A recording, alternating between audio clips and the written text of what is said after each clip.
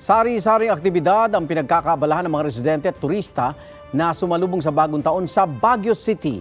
At yan ang unang balita live ni Claire Lacanilao ng GMA Regional TV 1 North Central Luzon. Claire!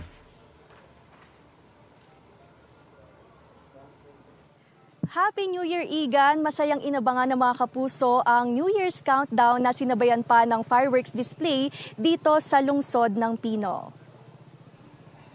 Sa Baguio City, piniling mamasyal ng mag-anak na sina Jenny Tonggol mula Angeles City, Pampanga para sa selebrasyon ng bagong taon.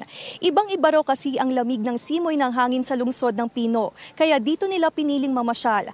Maaga silang nagtungo sa Burnham Park para makaiwas sa traffic at dagsa ng tao. May mga ilang turista ang maagang namasyal sa Lion's Head. Hindi raw kumpleto ang kanilang pamamasyal sa Baguio City kung hindi makapamasyal sa pamosong Lion's Head. Samantala, pasado alas 11 kagabi ng matapos ang misa para sa New Year's Day sa St. Joseph Parish sa Baguio City. Dito muna dumagsa ang mga tao bago nagpunta sa Burnham Park upang masaksihan ang magarbong fireworks display sa lungsod. Excited na inabangan ng mga kapuso ang makulay na fireworks display na nagningning sa kalangitan. Namangha at tuwang-tuwa ang mga manonood na sumabay pa sa indak ng sayawan sa football grounds ng Burnham Park.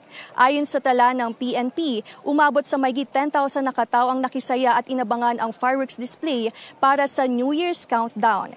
Igan, as of 5 a.m., nasa 17 degrees Celsius ang temperatura sa Baguio City at as of 6 a.m. naman, nang dumagsa ang mga turista dito sa Burnham Park, ipinatutupad pa rin ang coding scheme na magsisimula ng alas 7 ng umaga hanggang alas 7 ng gabi. Dito yan sa Central Business District at ayon sa BCPO o Baguio City Police Office ay generally peaceful ang naging pagsalubong sa bagong taon, ngunit nakaantabay pa rin sila para sa ligtas na selebrasyon ng bagong taon. At yan muna ang latest dito sa Baguio City. Happy New Year, Igan!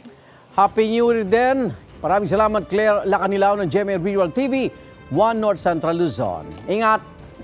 Igan, mauna ka sa mga balita. Mag-subscribe sa GMA Integrated News sa YouTube. Sa mga kapuso abroad, subaybayan nyo kami sa GMA Pinoy TV at sa www.gmanews.tv.